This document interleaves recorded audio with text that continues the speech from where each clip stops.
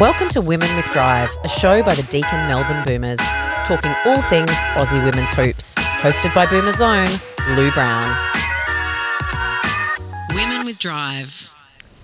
Good evening, everyone, and welcome back to another episode of Women with Drive, presented by the Deakin Melbourne Boomers. I'm your host, Lou Brown, and on tonight's show, we'll get to hear from another two Boomers players. But first, I want to make sure to acknowledge and congratulate two Aussies, Sandy Brondello and Alana Smith, but also former Boomer player Sophie Cunningham and the Phoenix Mercury for their impressive run throughout the WNBA finals. Unfortunately, they fell a little short to Kalia Cooper and Candace Parker as they led the Chicago Sky to a 3-1 victory in a best out of 5 championship series over the Mercury to clinch the Sky's first ever WNBA championship.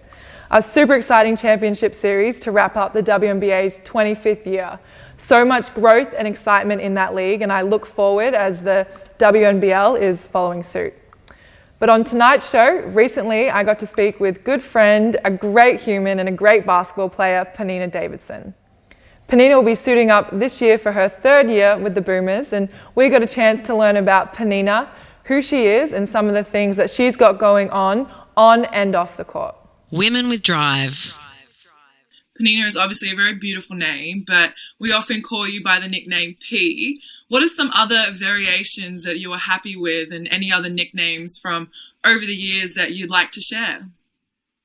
The more PG ones are probably Neens or Nina, so any of those variations are totally fine. Well, we definitely want to keep it PG. But just a bit of a background on you. Born in Auckland, 25 years old, not for much longer though. 26 is coming close. Your mother, yes, it is. Mother Bronwyn, father Greg, your brother and little sister too complete the unit. I've done 4 years at Berkeley University in California and now a resident in Melbourne. To dive straight in, when was the last time you were home?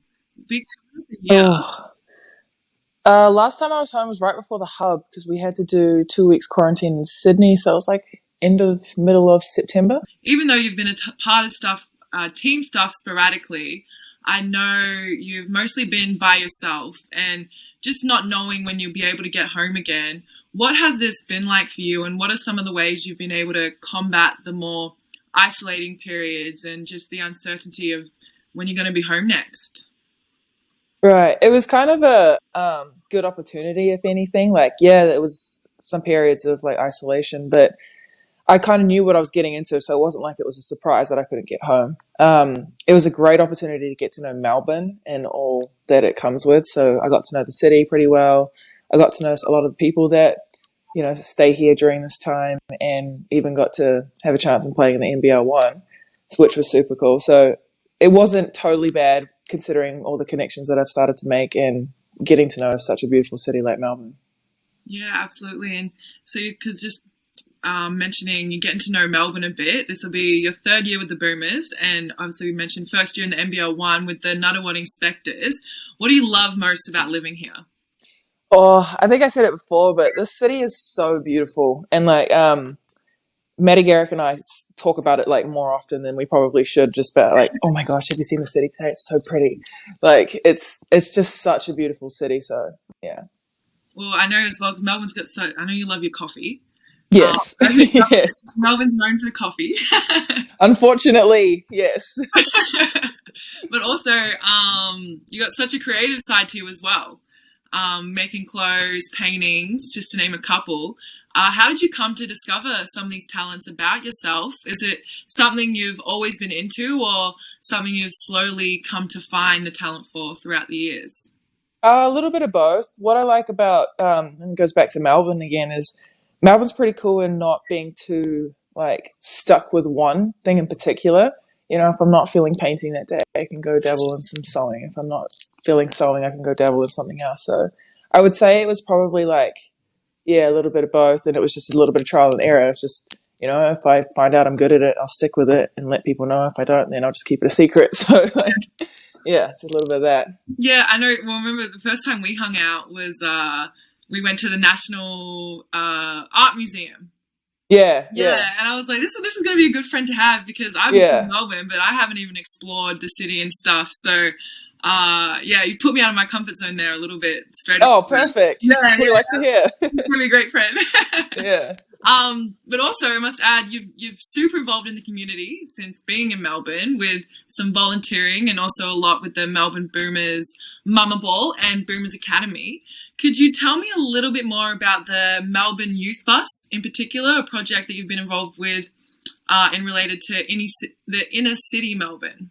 Yeah, so the Melbourne Youth Outreach Bus is such a wonderful idea. And it's unfortunate that, we're given all the lockdowns and stuff that I haven't been able to be more involved. But when I had last gone out, we essentially just park the bus, and it's like this cute little blue bus. We just park it outside that church on Flinders, and we just wait and see who needs our help. And that can be like, it's ambiguous with the help side. It's whatever they feel like they need at the time. If it's just a chat, if it's some, like stuff in the back that we can maybe provide, if it's some help or like that segue into, what is it, like connections or services they may need, then it's stuff like that. And it's specifically aiming for the youth. So it's under 25. We usually like to keep it for homeless youth too, like in particular. And it's an ambiguous word as well. Like, it's not necessarily just people living on the streets. It could be people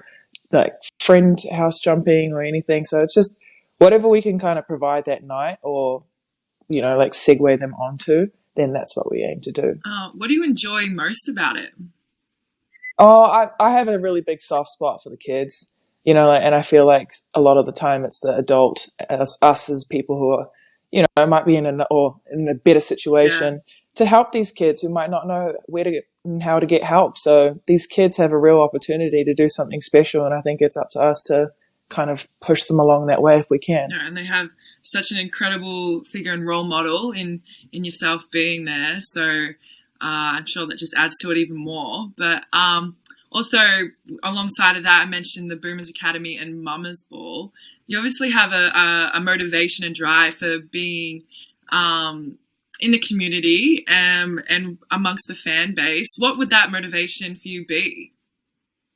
I think it's like about being relatable. And maybe that's not the correct word, but sometimes we see, almost dropped you. Sometimes we see like these professional players, and they just seem so untouchable. And it's just like, we play basketball, for goodness sake. Like, you want to be able to be relatable to some of these people and feel like that they can do it too. And like I said before, like, the kids are so important, because I remember moments where professional players would talk to me when I was younger, and it just made me feel like, well, if they can do it, I can too. So it's definitely that. One of my favorite things actually is Mama's Ball, because it's just a whole new perspective. And I'm so used to like trying to coach kids, and like with kids, sometimes you're just babysitting, like glorified babysitting at the end of the day. But with Mama's Ball, it's actually something really special, and it's like an opportunity to try and relate to them on a whole different way. Like, it's no longer just me approaching their kids. It's like I'm trying to appeal to the moms, and it's been super, super great. Like, just the other day we had some moms bring their kids in, so I'm now putting faces at camps to the moms' faces, and it's pretty special, like just being able to like relate to some of these people in the community. What's it like having Guy Malloy as your Melbourne Boomers coach and your Tall Ferns coach?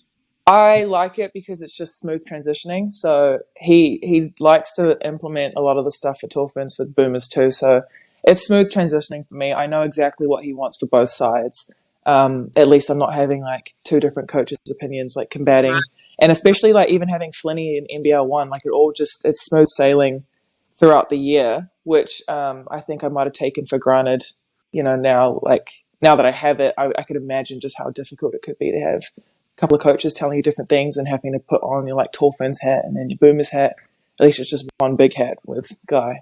No, that makes complete sense. I know I've said to you a couple of times as well, with Penina and I have worked out with Guy Malloy before the lockdowns and stuff. And as I'm learning with Guy Malloy now as well, everything that I've seen with Penina and None of What Expected, I'm like, oh yeah, this is what Yes.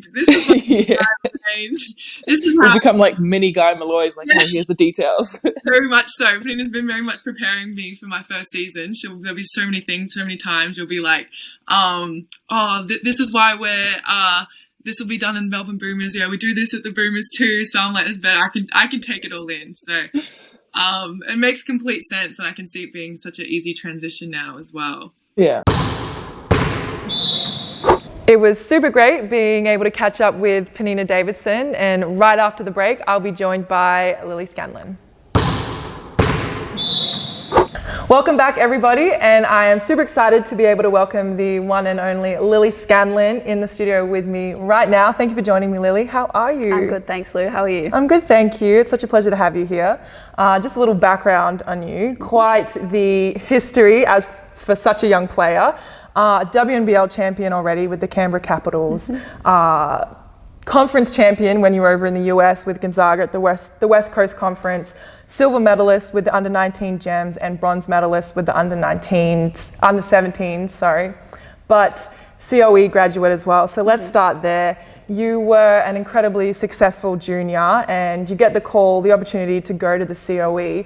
What was the decision, and why did you make that decision to make that move to Canberra? I still remember when I got the call up to go to the AIS. I still remember when I got offered. I had just come off the Nationals for Vic Metro. I'd just finished that tournament. I had a really solid tournament. Actually, I was really happy with how I went, and I had the offer after that. And as you would know, going to the AIS as well, it was a hard decision. I mean, it was scary to think about leaving my family, leaving home, and kind of everything that I knew back home. But in the end, it was a no-brainer, honestly. I'm so happy that I went there. I'm so grateful for that opportunity. I kind of learnt so much about myself, and you get a lot more independent because you're so young moving out of home. And then the basketball side of things as well. I had great coaches, great facilities. You know, you're going up against the best Australian basketball players every single day in training. So, you know, it was very crucial for my development, and so grateful I had that opportunity. Yeah, and you were there for 2 years, correct? So 2 years. Just for our viewers, when you go to the AIS, you usually go in year 10, year 9 or 10, but so you're like 15 years old, 16 years old, moving Very out of young. home. Yeah. So it's quite a big decision to make, to move away from your family so young, but I agree, it's kind of a no-brainer when you think about setting you up and the rest for your basketball journey. But while you're at the COE, you're also playing with the Canberra Capitals. Can you tell me a little bit about what that was like, training with the COE as well as the Canberra Capitals? Well, it was a lot, honestly, training with COE and as well with the WNBL with Caps. But, you know, that season for me was just so rewarding. It was such a learning experience. I was playing with WNBA All-Star Kia Nurse and going up against her every day in trainings. You know, I learnt so much off her. And then we also had Kelsey Griffin in our team. She was a great leader for us and, you know, helped us get that championship. So it was just a great season to be a part of, and yeah, so thankful that I was part of that. I'll never forget that. The championship was awesome. It would have been. Yeah. That's really big time, because how old would have you been? I think I was 18 maybe, 17, 18, so I was pretty young. So 18 and being able to call yourself a WNBL champion, it's pretty special. Yeah. But it's really cool just to talk about pathways as a junior for basketball. And one of them is, you know, you can either opportunity to stay in Australia or play overseas, but also go to college in the US and not necessarily take the professional route straight out of being a junior. So you decided to go to the US. What led to that decision? I feel like for me, growing up, I had always wanted to go to college. It was always something that I dreamt of, and so I went through the recruiting process. I had a lot of Division 1 offers and a lot of interest throughout my recruiting process. So it was a lot, you know, talking to a lot of coaches. I'm sure you would know as well with your college journey, but spoke to a lot of coaches, a lot of teams, and I ended up making the decision to go to Gonzaga University. I committed there, and I had my freshman season there. We won the West Coast Championship Conference, which was amazing. And then I ended up making the decision that I wanted to just turn professional and start my professional career back home. So I'm so excited to start that with Melbourne Boomers. It's going to be awesome. Yeah, just while we're talking about playing back home, what are you most excited for about this season? Honestly, I'm just excited for for our team to get together to start building the chemistry, and I feel like we're going to have a great run this year. We have some, great people in our team, and I'm just excited to see where it goes. No, I agree. I'm excited to finally get the team together. I know, yeah. Lily and I have been training together now for pretty much the extent of lockdown, and it's just been a lot of one-on-one and two-on-two. Yeah, definitely. But one thing that I have learned about you in the short time that I have known you is you're an absolute workhorse. What would you say is your main drive? I feel like for me, my work ethic and kind of how hard I work is something I've always had pride in and pride myself on. I definitely wouldn't have gotten to where I have been or represented what I have without the hard work, and I know that going forward, if I continue, working hard and putting in the work, that I know the result's going to come and I'll be able to achieve my goals in the future. But yeah, it's definitely something I've always prided myself on. Yeah, absolutely. Definitely a bit of a leading by example for sure as well. But I mean, you're such a crafty and quick player. Do you have any role models or anyone in particular that you'd maybe try to model your game around? I feel like I would definitely look up to Kobe Bryant. I mean, his mindset, his work ethic, and just the way he played was just so admirable. It was second to none. So I learned a lot off him. And then currently in the NBA, I'd probably say Devin Booker. Like you said, he's pretty crafty and, he's got the moves. So I like to think that I try and take a few moves off him, and, my game's pretty crafty. So no, it absolutely is. I laughed about it. It's a dance lesson trying to guard Lily sometimes, me being 6'3" as well, a little gangly, but it's only making me better, I hope. Yeah, for sure. But just lastly, what can the Boomers fans expect to see from you on the court this season? First off, I'm just super excited. Honestly, growing up in Melbourne, playing for Bulleen Boomers all throughout my juniors, I'm just super excited to be back in front of a home crowd, back in front of the Boomers fans, and I know we're going to show a great season. We're going to have, some great games. And yeah, the Boomers fans can just expect a high energy player, an exciting brand of basketball, and yeah, just can't wait to see you guys out there. Yeah, and I'm sure your family are excited to see you suiting up at home as well. But thank you so much for joining me today, Lily. Thanks for having me. It's been awesome. And we will have more for you right after the break. As we continue to get to know the key people within the Deakin Melbourne Boomers, tonight we have a very special insight on head coach Guy Malloy. Look, I had some great stops along the way. I'm really fortunate and was involved in some great clubs. It's been a lot of fun. I kind of got into it at school because I'm originally New South Wales, so league is the sport there, and I was too bloody skinny and got beaten up and smashed, and so I had to find something else to do that I wouldn't get hurt. So basketball came along. As a kid, kind of growing up in the 70s, you just went and played. You didn't really have coaches that showed you much. I had a coach that just taught me the skills of the game, and it was bloody fantastic, and probably gave me an idea of what I wanted to do. So I think my mind for the game was ahead of my body for the game, if that makes sense. Where the coaching kind of got serious is that I really had my heart set on trying to make the SCABL team. There was a legendary guy in ACT basketball called Jerry Lee, said to me, look, you may or you may not make the team, but you know the game pretty well, so we actually want to give you a coaching gig with the WNBL. So then to switch tracks and then go and coach the WNBL team at the ripe old age of, I don't know what I was, too bloody young, 23, 24, something like that. I got thrown in the deep end and I drowned. I just thought it was about basketball, and it was a pretty tough year from memory. We had some great girls in that team. It wasn't a disaster. I mean, we did okay, but I just found out the human part of it is a lot greater than you can give it credit for. Then what happened is that I actually got asked to coach the men's Siebel team. All of a sudden it became a job opportunity, and then it's like, oh wow, that's pretty neat, like I can make money from coaching and be involved in basketball, and I love the sport, and then I was off and running.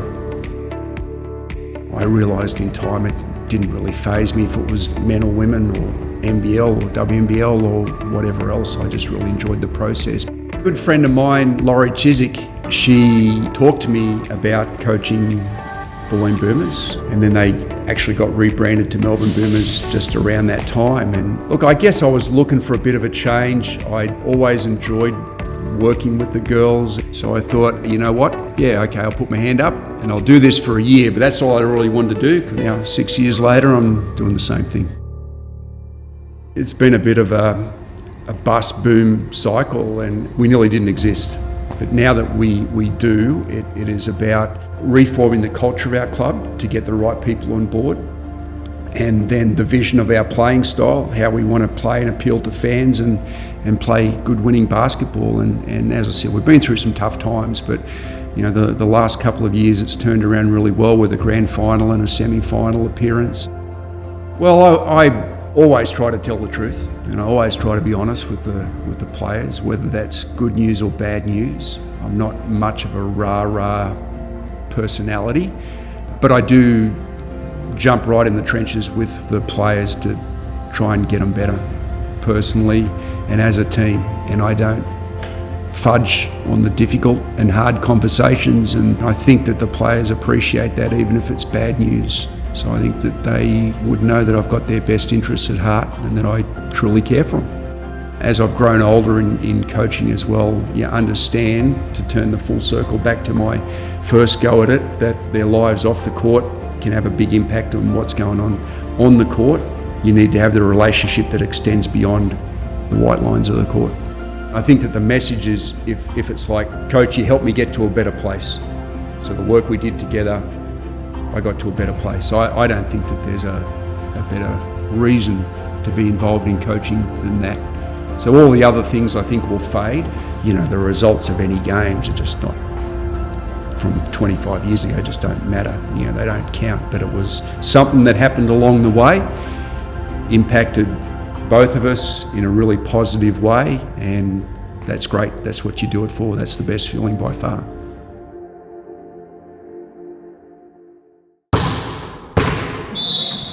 As we continue to celebrate the past 38 years of Boomers heritage, tonight we have two-time WNBL MVP and someone who was an absolute beast on the court, Debbie Slimmin. Sport takes you a lot of places. It basically gives you a lot of life skills. You get some fantastic experiences that you never would have had outside of that, and I was very fortunate.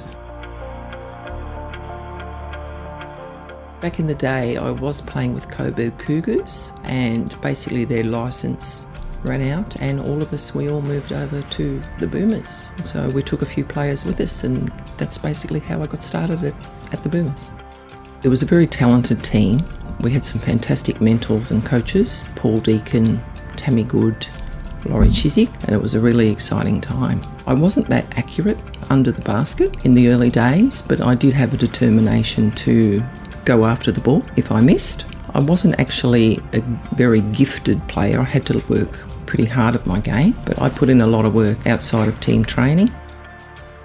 It's very hard with the Boomers back then because you had to work. Nearly all the players had full-time jobs. There wasn't enough money around where you could go professional. And if you did, you basically had to go overseas. So it was really difficult. We made a lot of sacrifices. We trained really hard. We trained at venues late at night, sometimes 8 till 10 o'clock at night. We did a lot of early mornings. We basically fitted in wherever we could, but it was pretty tough. It was very physical actually in those sort of games. The ball probably went inside a lot more compared to, they've got the three-point line now. You'd come out pretty sore. If someone did an ankle or hurt themselves, you got the ice pack and that was pretty well it. So it was very different to what the game's like now. The road trips were great, but it was pretty tough because you'd usually leave on a Friday night and you'd play 1 or 2 games over the weekend and then you'd come back on the Sunday. So pretty exhausting, and then off to work on the Monday morning. We did have a great fan base back then. We played at the Veneto Club and Sheehan's Road mostly. Very loyal following, so the home court advantage was always very good for us. I played for Wurzburg in the European League for a season, and it was really tough. It was a great experience to go overseas and actually play and just do basketball for a living.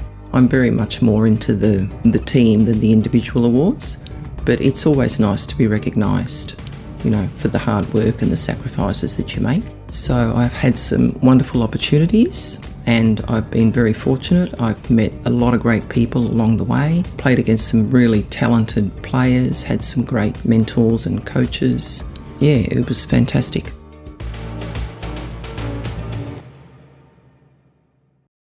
Women with Drive. And that will wrap up our heritage pieces just for now, but it's been great to learn about some of the key players who didn't only just pave the way for the Boomers, but also the league itself, and allowed it to grow into what it has become today. Now here is a sneak peek of the interview for next week with Indiana Fevers and one of the Boomers WNBA imports, Tiffany Mitchell. That kind of treated me like a player or a person more than a basketball player, basically providing a safe place, opportunities, resources to single parents, and I'm reaching out and saying, if you need me, of course, used to European competition and everything, so it never really crossed my mind to come to Australia, but at the same time, I've always heard good things about Australia. I like feeling like, these are my sisters, and I have their back. I hate being on teams where, everybody's kind of just scattered. I haven't had a winter in 3 years. Doing it right then, doing it right. I recently just started like this little modeling thing. I had a fashion show in Indiana, a baby kangaroo. They're called Joey's, right? That's all I have for you tonight. Thanks for joining me on another episode of Women with Drive. I'm your host, Lou Brown. Have a good evening.